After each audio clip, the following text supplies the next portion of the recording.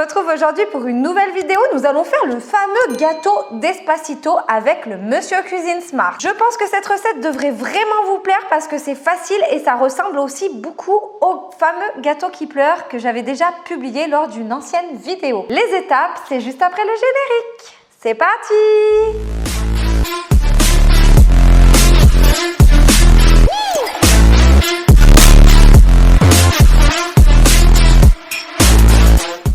Pour retrouver les ingrédients ainsi que leur quantité, n'oubliez pas de cliquer sur le titre de la vidéo. Pour commencer, on ouvre le couvercle du Monsieur Cuisine Smart et on insère le fouet et on s'assure qu'il est correctement mis. Et dans la cuve du robot, on ajoute les 2 œufs entiers, la quantité de sucre en poudre et un sachet de sucre vanillé. Vous allez dans cuisson personnalisée si vous avez le Smart et on programme pendant 3 minutes vitesse 4. C'est parti! À la fin de cette étape, on vide la quantité de lait au fond de la cuve du robot. Puis la quantité d'huile de tournesol, vous pouvez tout à fait prendre de l'huile de colza et on programme pendant 1 minute vitesse 4. Ensuite, on ajoute la quantité de farine que vous aurez préalablement tamisée. La quantité de cacao amer non sucré, pareil, vous tamisez bien et vous mettez dans la cuve du robot et vous versez la moitié d'un sachet de levure chimique. Ça correspond environ à 6 grammes de levure chimique. On referme le couvercle du Monsieur Cuisine Smart ou du Monsieur Cuisine Connect et on programme pendant 1 minute 30 à la vitesse 3. Let's go! À la fin de cette étape, vous retirez le fouet. Vous vous munissez d'un moule à manquer. Alors, inutile de dépenser votre argent. Il coûte 3 ou 4 € chez Action.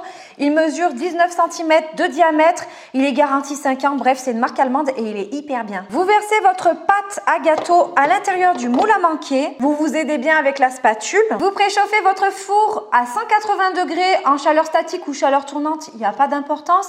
Et vous enfournez pendant 15 à 20 minutes selon votre four. Une fois votre gâteau cuit et bien refroidi, vous enlevez le tour et vous le démoulez directement dans votre assiette de présentation. Une fois votre gâteau bien démoulé, vous remettez le cercle par-dessus et vous réservez de côté pour la suite de la recette. Ensuite, pour imbiber le biscuit, vous versez la quantité de lait au fond d'une casserole. Avec le cappuccino soluble, vous remuez bien à l'intérieur de la casserole pour tout bien dissoudre correctement. Et on ajoute 1 à 2 gouttes d'extrait de café liquide. Ça se trouve au rayon pâtisserie en supermarché. Hop! Vous remuez bien et vous portez ce mélange à ébullition. Une fois que le mélange arrive à ébullition, vous coupez le gaz, vous retirez la casserole du feu et à l'aide d'un cure-dent, on fait des petits trous à même la génoise et ensuite on va imbiber cette génoise. On récupère la casserole et on vide par-dessus petit à petit jusqu'à ce que la génoise soit complètement imbibée. On laisse ensuite la génoise refroidir complètement et on la réserve au frigo pour la suite de la recette. Ensuite, dans une casserole, vous versez les 100 g de crème entière liquide minimum 30% de matière grasse. On va devoir porter cette crème à ébullition et parallèlement dans un saladier, vous préparez 100 g de chocolat au lait. Une fois que la crème va bouillir, on la versera directement sur le chocolat et on mélangera énergiquement pour faire une sorte de ganache jusqu'à dissolution totale du chocolat. Une fois que votre crème commence à bouillir, vous stoppez le gaz et on verse la crème bouillante directement sur les carreaux de chocolat. Et on remue énergiquement jusqu'à ce que le mélange devienne homogène et que le chocolat soit totalement fondu. Et une fois le chocolat bien homogène et bien fondu, vous réservez ce mélange à proximité.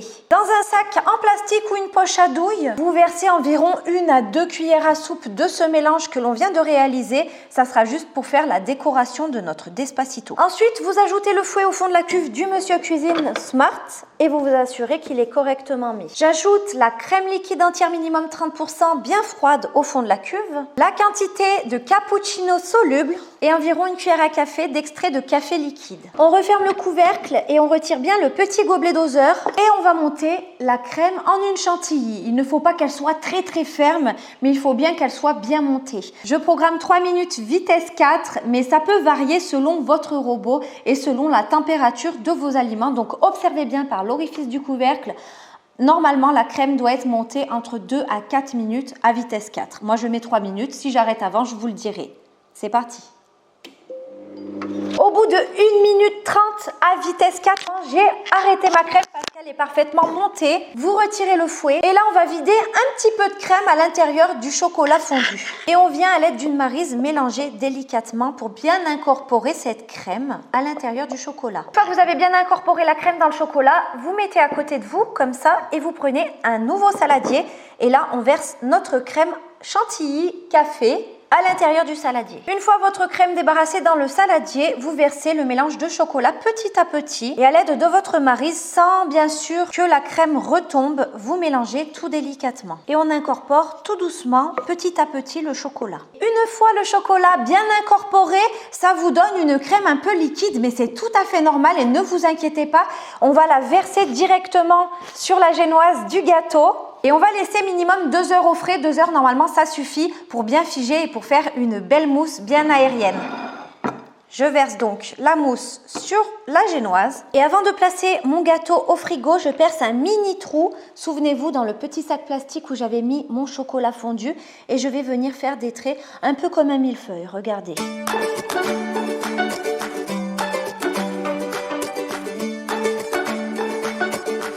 Et à l'aide d'un cure-dent, je fais des traits dans un sens, puis dans un autre. Une fois cette étape réalisée, vous le mettez au frais pendant 2 heures minimum. Mon gâteau brésilien Despacito est prêt et délicieux. C'est vraiment une folie furieuse. N'hésitez pas à me dire en commentaire si vous allez l'essayer ou si vous l'avez déjà essayé, ce que vous en avez pensé. Ou sinon, vous pouvez toujours me faire un petit coucou. Ça me fait toujours plaisir de recevoir vos nombreux commentaires. Likez la vidéo si ça vous a plu. N'hésitez pas à vous abonner si ce n'est toujours pas déjà fait. Et moi, je vous dis à bientôt pour une nouvelle recette. Bye!